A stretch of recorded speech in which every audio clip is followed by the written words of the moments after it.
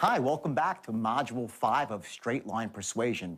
This is the inner game of sales, and this is crucially important here because what happens very often is that we tend to focus on our results in the exterior world, in the real world, and we don't focus on what happens up here. And in fact, success starts inside your mind. You have to condition your mind for success, to condition your mind to move through obstacles, through fears, and to focus on where you want to go in life and not what you're afraid of. See, so many people out there, they have a tendency to live in the problem versus in the solution. So what we're doing here in this module is we're giving you some very powerful tactics, some very powerful techniques that will allow you to develop a laser-guided focus on your outcome, on where you want to go. And you're going to learn some words that are very destructive, things like the word should and the word problems that tend to disempower people. And you're going to learn a process called reframing, where you actually can take those words and apply a new meaning to them that propel you to taking action versus keep you in a box and stop you from taking action. I will tell you this, there's a lot of metaphors that I use in this module, and I want you to focus on the metaphors because what they really do is they're going to link up your past experiences in your own life and allow you to really see how, without knowing it, your mind has worked against you and stopped you from being all that you can be, not just in sales and persuasion, but in your relationships, maybe with your children, whatever it might be socially and especially financially. So again, this module here, it's crucial. You're going to learn very basic tools here, but that are very, very powerful. They're all going to be easy to use, which is very important. And before you watch it, I want you to remember one thing here. And you're going to hear this in the module and see it on the DVD, that you are not the mistakes of your past. You are the resources and the capabilities that you've gleaned from your past. That, if anything, is the most crucial distinction in this DVD. And I've used this, by the way, when I work with a lot of kids who are for charity with the Salvation Army, kids who had terrible, terrible upbringings and have insult after insult dealt with them by their parents, by society. Many are addicted to drugs, they're living on the streets.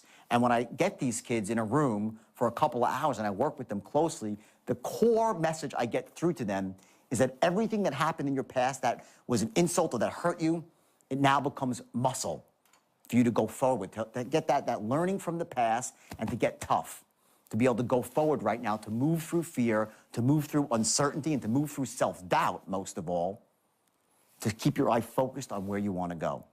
So remember, keep your action book handy, make notes, watch for the metaphors related to your own life, and I'll see you on the other side.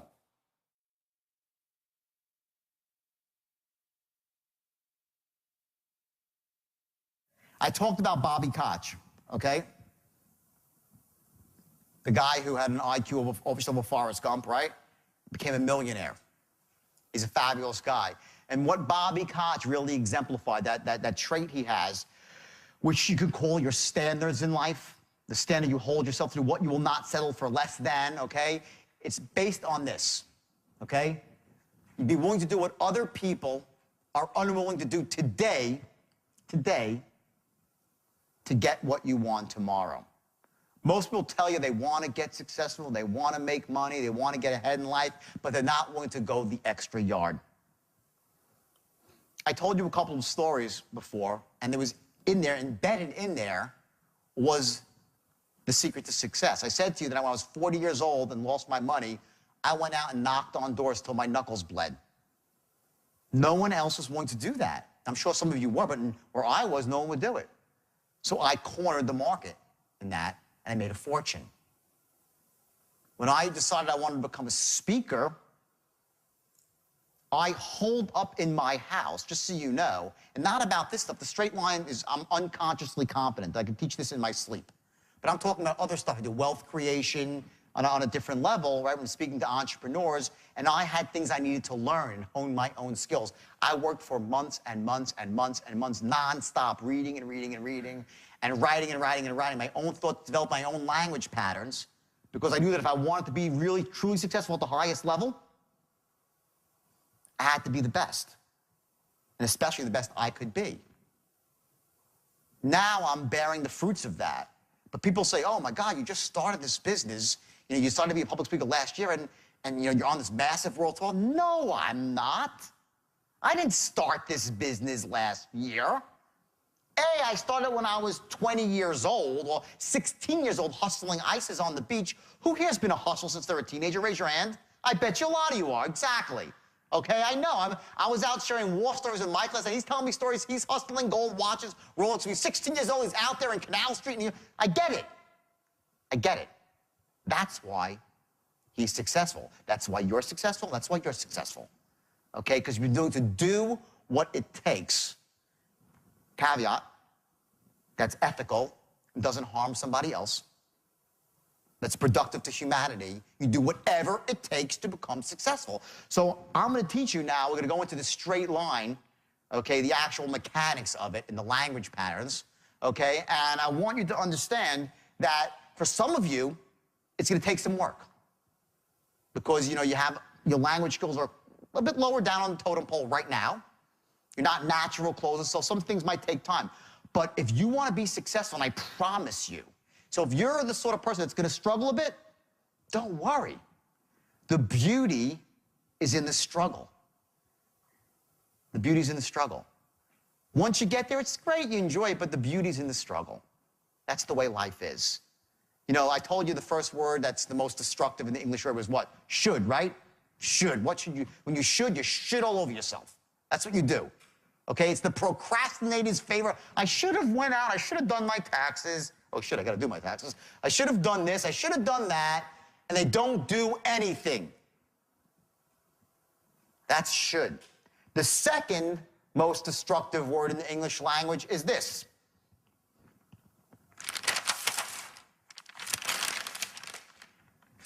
I'll write it up here. Let's see it. Do this in blue now.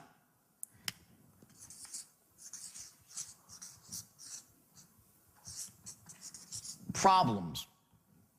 Everybody's got a freaking problem.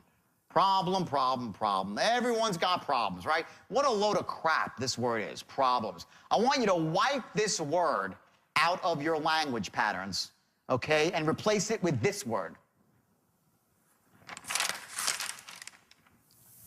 Challenges. That's the word. Problems is disempowering and overwhelms you. Challenges you meet head on and you rise up to them and you overcome them. Another word for this, obstacles, barriers, whatever is standing in your way from you and your goal and your vision. Change the word problems to challenges. Remember I said to you before earlier, you know, who has more problems, rich people or poor people, right? Poor people's like, well, poor people. No, they don't. Rich people have more problems because they got a lot of more shit going on. And there's always a problem. There's always a problem when you have money. It's just less painful to handle it. The real word, the word that empowers you, is challenges. Look at it this way. And I know most of you are successful, but some of you probably right now are struggling financially. It's been a tough time in the economy, and some of you are on the way you're bouncing back, okay? And one of the things I say to groups of people, especially when they're struggling, when I'm doing a seminar, it's about wealth creation. There's a lot of people that really, you know, they really want to be entrepreneurs and they're not there yet. And they're so caught up in the muck and mire of their past, in their past mistakes, their past failures. And they're so invested in that, and they just don't think of themselves in terms of being a guy or a girl who could be successful. And let me just tell you something. Here's the real deal. If there's one thing that you get out of this for non-sales, it's this. Just for your life, you are not the mistakes of your past. You are not the mistakes of your past. You are the resources and the capabilities you've gleaned from it. There's a huge difference. As soon as you make that shift in your life, you're going to realize that anything that's happened to you bad is your greatest asset. I was interviewed on TV in New Zealand. It's online, by the way. You can find it, like last week. And I'm being interviewed by this guy, and it's a great interview from New Zealand TV. And the last question, he goes, you know, you're making millions and millions of dollars right now, and, you know, in some way, don't you think, are you saying you're glamorizing that, you know, you can, you know, commit a crime and now make millions and millions of dollars? You wrote bestsellers, you're on a tour. And this was not an adversarial interview. This was a very friendly interview. He asked me a genuine question. It wasn't like, aren't you? You know, he was very nice about it. And I was kind of stunned for a second because I hadn't thought about it. And I said, absolutely not. I said, my past is my greatest asset. What happened to me, now I'm not proud of what I did, and I feel bad. I have remorse. Remorse, not guilt. Guilt is a loser's emotion. Remorse is the emotion that allows you to move forward and do things right. Guilt's like, oh, I feel so guilty, oh, woe is me, and you want sympathy, oh, poor you. That's bullshit. Remorse is the empowering emotion. My past is my greatest asset. My past has allowed me to, A, have the credibility to stand up in any room and know that I don't just talk the talk, but I've walked the walk, that I've made mistakes. I represent the people that are down at the bottom, no matter how low you've fallen on the totem pole of life, of relationships, of love, anything. I lost everything, not just my money. I lost my wife. She walked out the door the day I got indicted, guys. The day I was walking down the courthouse steps and she said I wanted a divorce. Imagine that. Not that I was a model husband or anything while I was married to her. Those who read my book know that. But my point is this. In one day, I lost my freedom, my money, and my family. And I wanted to crawl up in a hole and die. I wanted to crawl up in a hole and die. So if you're in a spot in your life right now, I hope you're not, but if you are, I want to tell you something. There is no level, no matter how low it is, that you can't come back from, like gangbusters, because I did it. I'm living proof of it. I'm living proof. And I came back harder and higher than I ever was at, in a way that empowers other people, and helps people, where I'm now, they called me the guru of anti-greed in the biggest newspaper in Australia. You know how, honestly, you know the first person I showed it to, you know who it was? My children. I said, look at your dad. I said, look at this. I said, read this article. They called me the guru of anti, and I was proud. More than the money, more than any fame I might get. When I saw that, I had to show it to my son and my daughter. That's what it's all about. So I don't care where you are in life. If you're not where you want to be, that's okay. You're not your past. You're the resources and capabilities that you've gleaned from it. Make sense, everybody? Yes or yes?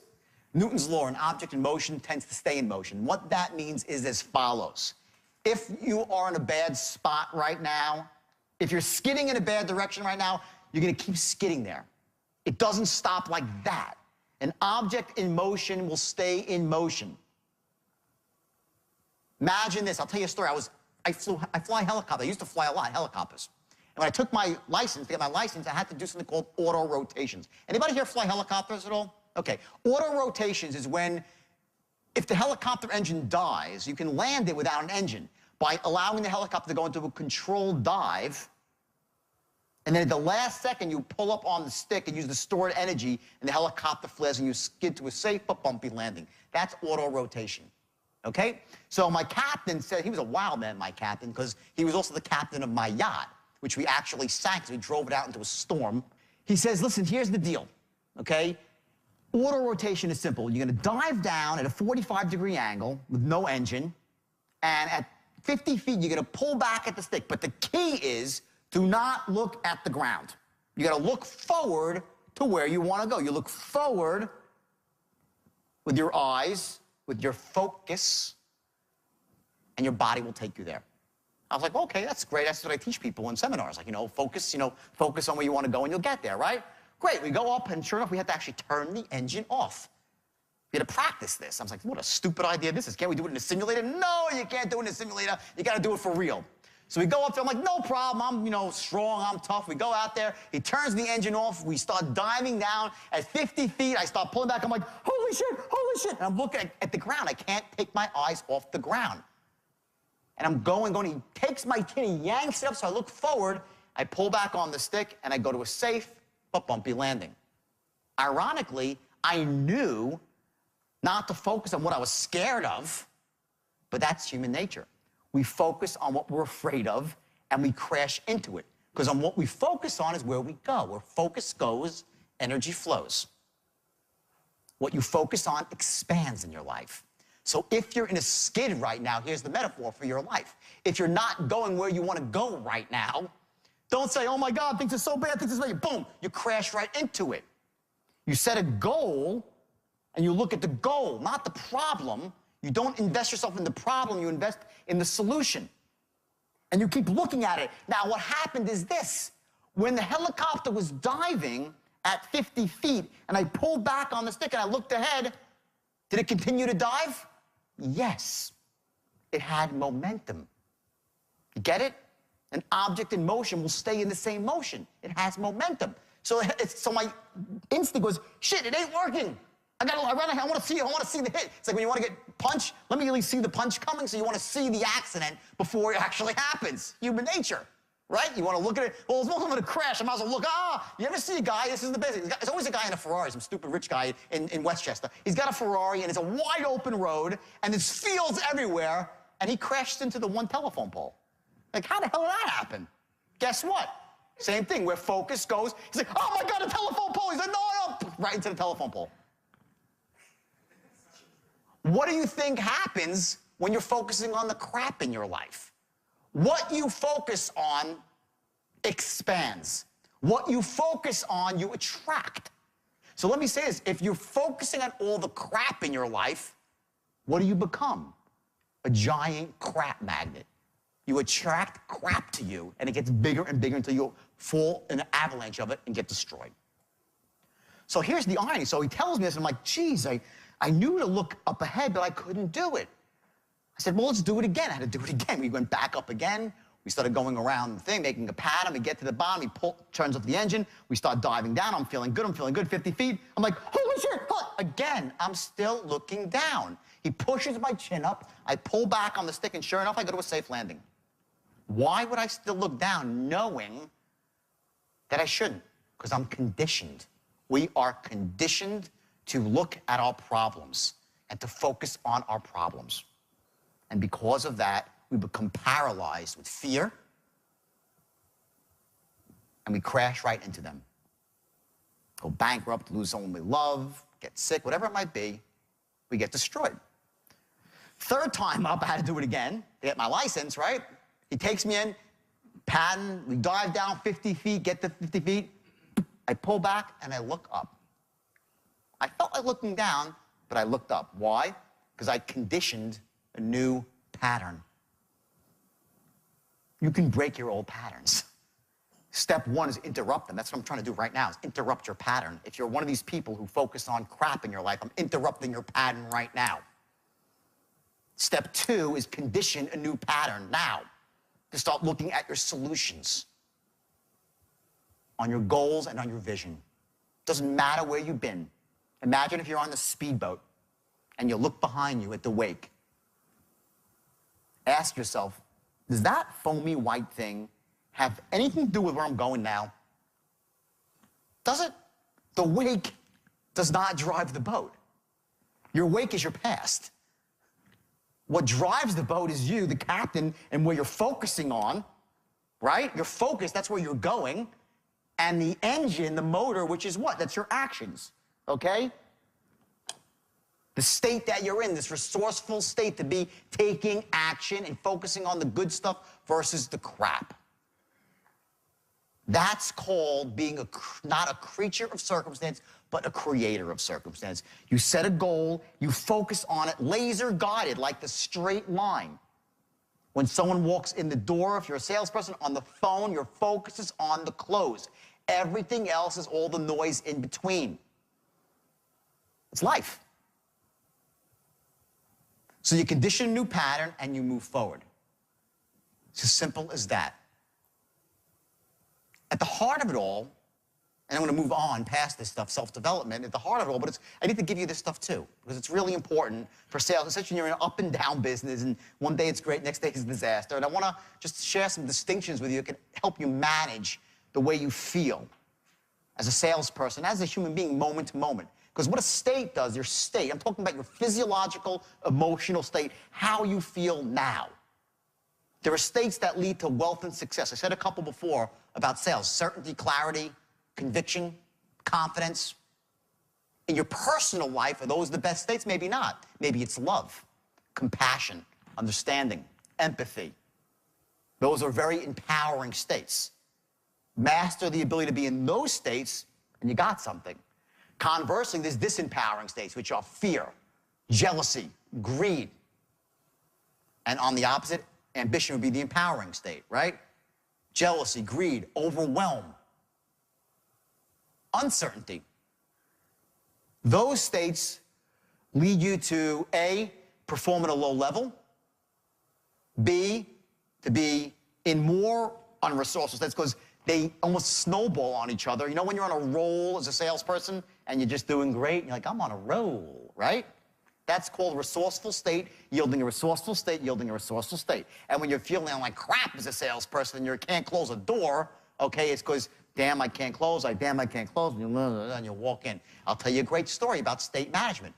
My first day ever training for sales. I was 21 years old, and it was door-to-door sales for meat and seafood, as I said.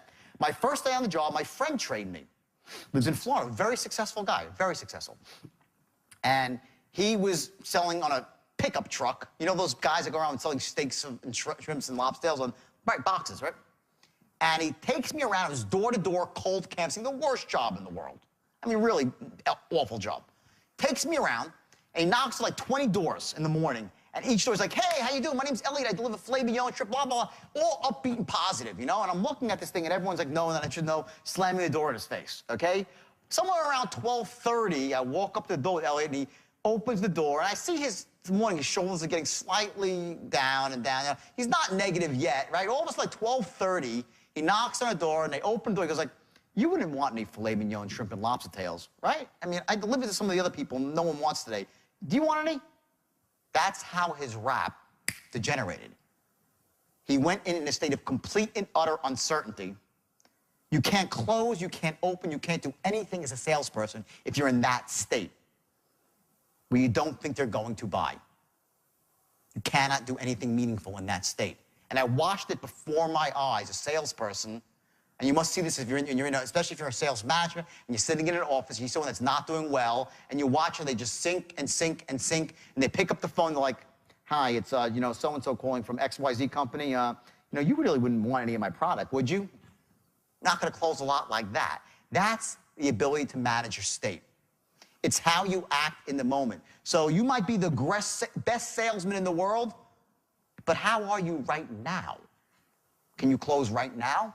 You might be the best parent in the world, but if you're in a state of impatience, how great of a parent can you be? You might have read all the books on parenting. You might love your kids to death, but if you're in a disempowered state of impatience and overwhelm, can you parent? Yes or no? You can't. You might be the greatest closer in the world, but you're in a state of absolute uncertainty. Can you close? They pick on it up in a second. They pick up on it in a second. The state you're in the moment dictates your success or failure. There's one thing in life, a distinction that can really get you ahead. It's the ability to manage your state.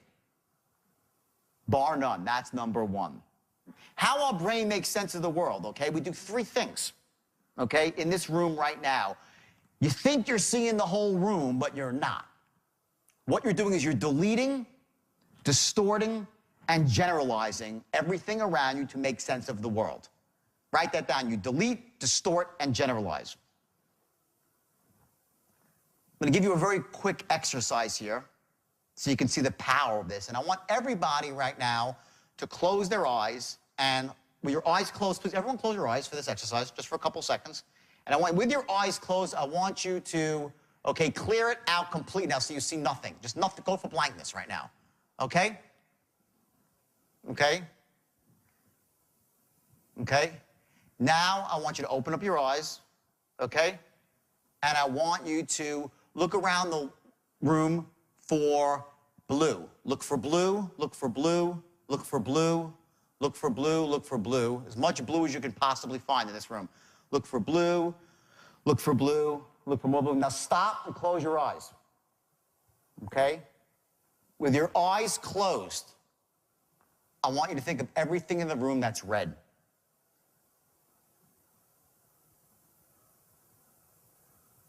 So, I bet you see a lot more blue right now than red, right? Now open your eyes, and now start looking for red. Look for red, look for red, look for red. Look for red, look for red, look for more red. Okay, great. You see a lot more red now that you're looking for it. Carpet's red, right? Her shirt is red, right? The exit sign is red. The Coca-Cola, the bottom of the top is red, right? Anyone else see any red? Who sees red? The chair is red, okay? Anything else red? Anyone else see red? Got the carpet, what else? Anything else is red in the room? Keep going. There's got to be more red in this room. Exit sign said the exit sign. Anything else is red? Okay, there we go. Bingo! Okay, he said it. He said the chair is red. Is the chair really red, though? Barely. It's almost pinkish, the chair. But because he's looking for it, you know what happens? You start making shit up to be right. It happens every time. It's really more pink than red. It's not red. It's almost, maybe it's red. It's like, well, why not red? Sure, I'm looking for it. So let me ask you this. What happens when you start looking for problems? You'll start making them up if they ain't even there. That's the power of deletion. Conversely, what happens when you're focusing on your goal and your vision? You start seeing every opportunity that comes your way. If you're out there looking for all the crap on the problem, the opportunities fly over your head every single time. You delete them out. There's a portion of your brain called the RAS, the reticular activating system. And what it does, it decides what you focus on and what you ignore. Because you can't focus on everything around you. There's too much data. Right now, you're focusing on me, maybe that, maybe the person to your right, everything else. You're not feeling it. You don't hear the beating of your heart in your artery over here by your ear. You don't hear the hum of the air conditioner. Now you do. I ignited your RAS. You don't hear that wriggling of his paper, or maybe you did, but if you heard that, you weren't hearing the air conditioner. You can't hear it all. You just can't. Your unconscious mind gets it all. It absorbs it all. Because it's much more powerful than your conscious mind. And you start getting stuff in there. You don't even realize it's there. When you delete out solutions in your life, you're never going to get ahead. That's why setting goals and having vision is so important. So you delete, okay, number one. Second thing, you distort. This is a classic. Distort stuff. I always love when it's men and women fighting with each other. You know, a guy fights with his wife. He calls up his friend. He goes, my wife is the biggest ass in the world. I can't. She always henpecks me. She's always got a problem. She never understands me. Words like always, never, biggest. We distort the truth to make always. Every human being does this. And then what does your friend say? I know exactly what you mean. They're all like that. They're all. And then the woman calls up her friend, my husband is the biggest ass. He doesn't see me. He doesn't understand me. Never sees me, never understands me. And I know no men, they're all like that. We do. Men and women, it's both sexes do that. We distort everything. We make the things that are good really good, and things that are bad are really, really bad. We delete, we distort, and lastly, we generalize. We look to make patterns. To understand these three things when you're closing, the reason why I'm saying this, you're going to start to learn how to use this to close. Because when you get people seeing things a certain way, you ignite their RAS, they will delete out the problems. Distort to allow themselves to wash in the positive emotions of your product. 3, to generalize, that because you sound good and seem honest and all this stuff, you are. You are. You're not like the rest of them. You generalize. You use these things. It's very powerful tools to motivate yourself and motivate other people to buy. But again, never do this in a way that disempowers somebody else. Don't get them to falsely associate into a good benefit if it's not really there for them. If it is there, you ought to. You really shame on you if you don't allow someone to really feel the benefit of a product. You're not doing your job. Shame on you. Likewise, if they're all focused on the negative, you don't move into the positive, no one can live like that in the negative, right? You do your job, but don't do it in an evil, underhanded way, okay? And that's the ship right there that I should have shown earlier, okay? And that represents, okay, with you at the helm controlling your destiny towards your goal, right? If that ship leaves Tampa and sets sail for Spain, and there's a captain at the helm, what percentage of the time will it reach Spain? Like 99.9, right? Almost always, unless something really bad happens. Okay? Now imagine that ship going to Spain without a captain, going randomly. What's the chances of it reaching its goal? Like 0. Won't happen.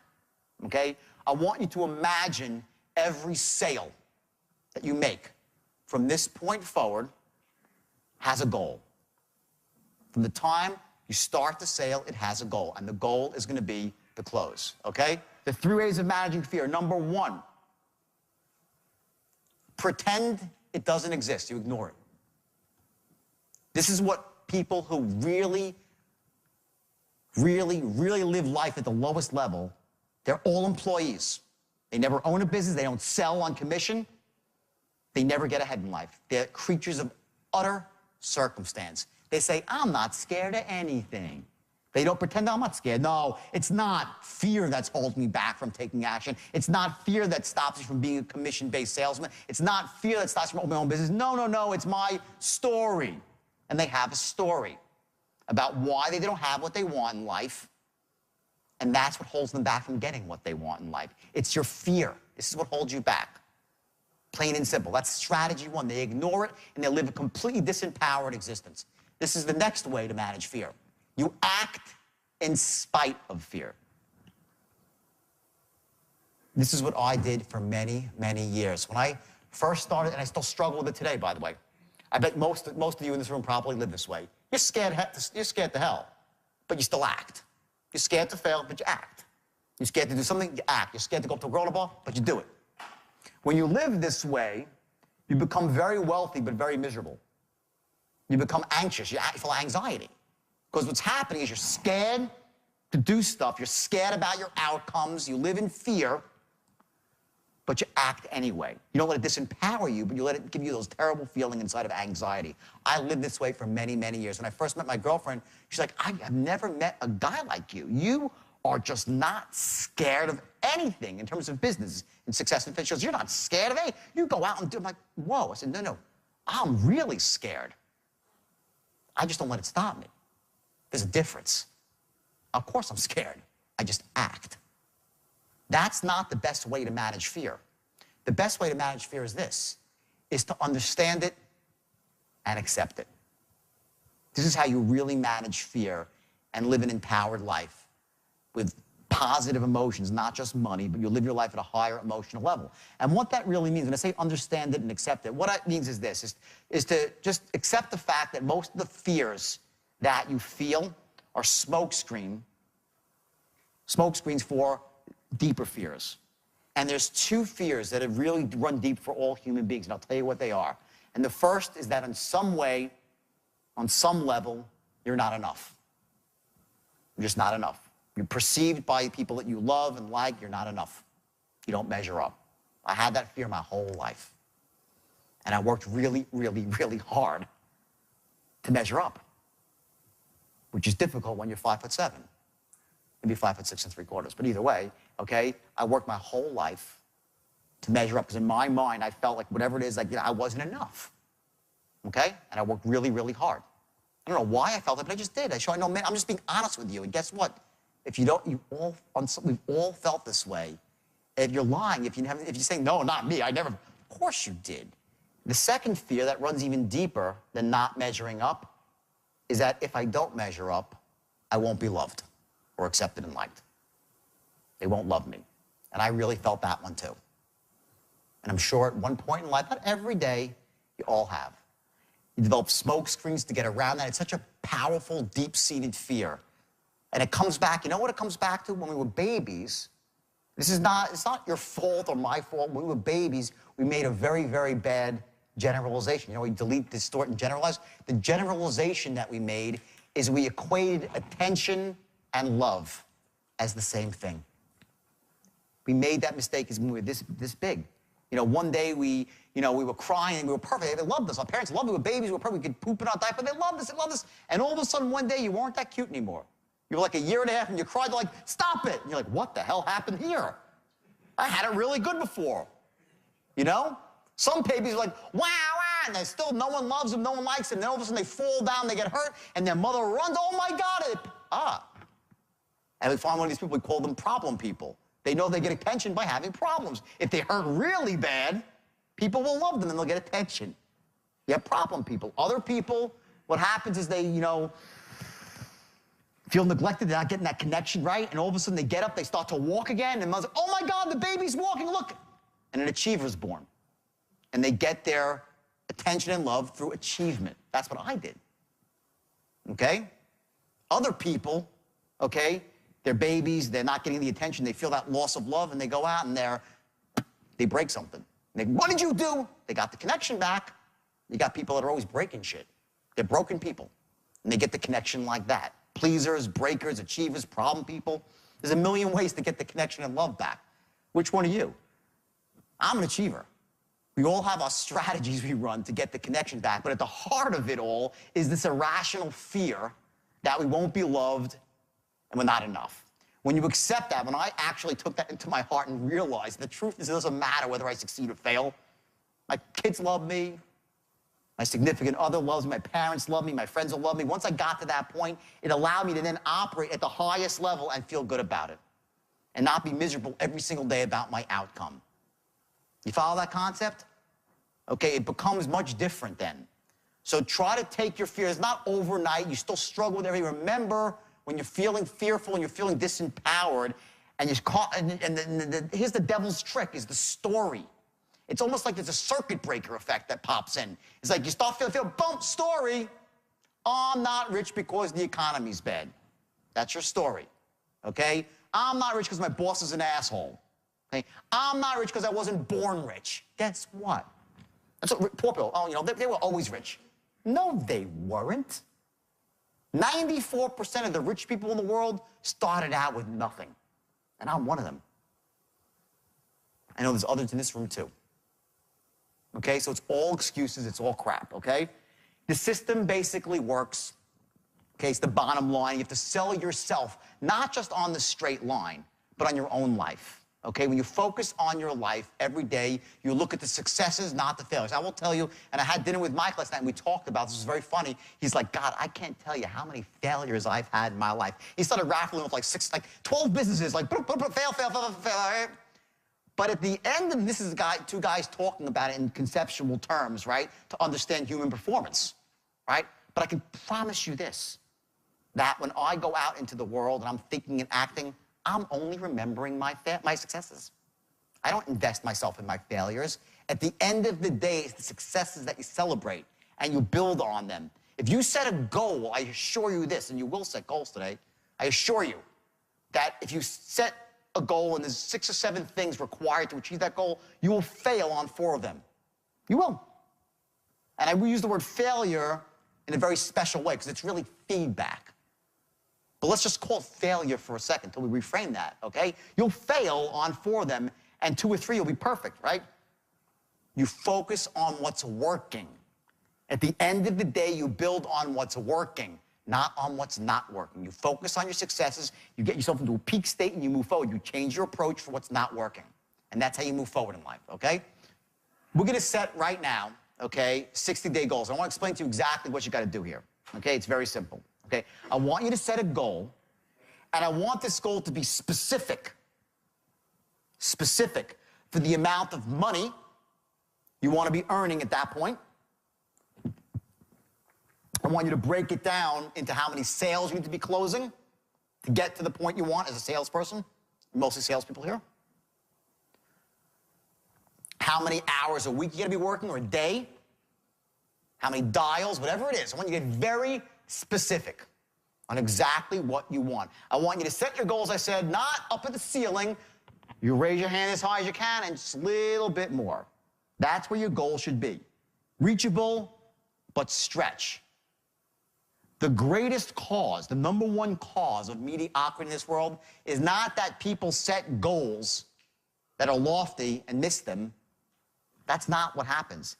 Is you set goals that aren't lofty enough and you hit them. And you become average. Average sucks. Average doesn't make it in this world. It just doesn't, especially if you're in sales. You have to set your goals high enough so that they're meaningful when you hit them. Or else you'll set these little goals. Oh, I got my goal, great. Nothing happens. I want you to set goals at that level I spoke about, just above where you're comfortable.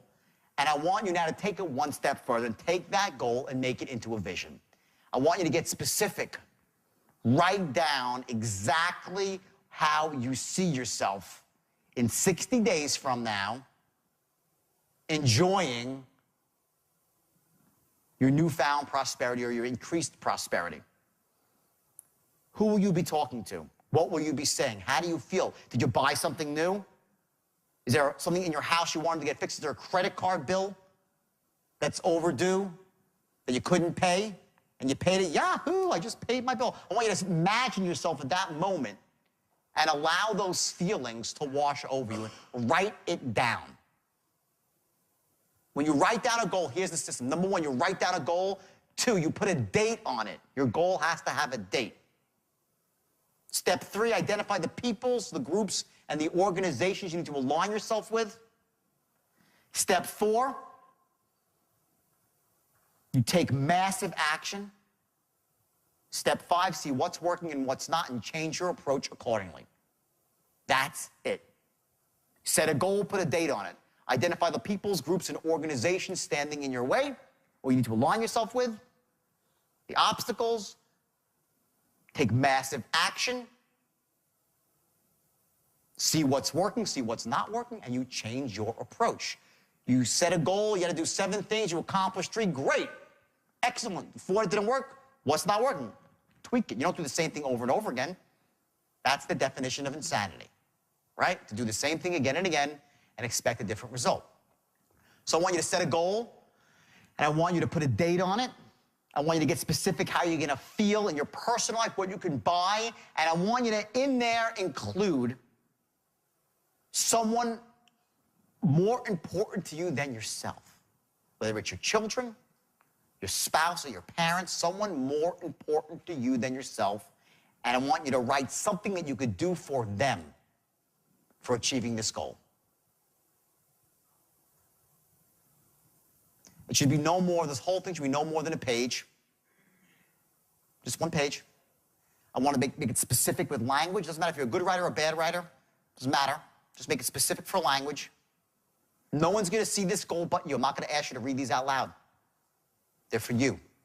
They're only for you. But what I am going to do is I'm going to ask you to take them and put the bullets on a little card and carry it around with you for the next 60 days. I want you to carry your goals around with you. And on top of your goals is going to be your vision. I'm going to ask you to put your goals and your vision on your screensaver for your telephone. So every time you pick up your iPod or your iPhone or your BlackBerry, whatever it might be, you see your goal. Because what it does is it ignites your RAS. And you start seeing all the red and not the blue. You start seeing all the opportunity and all the positives and not the negatives. And you soar. So what do you think of Module 5?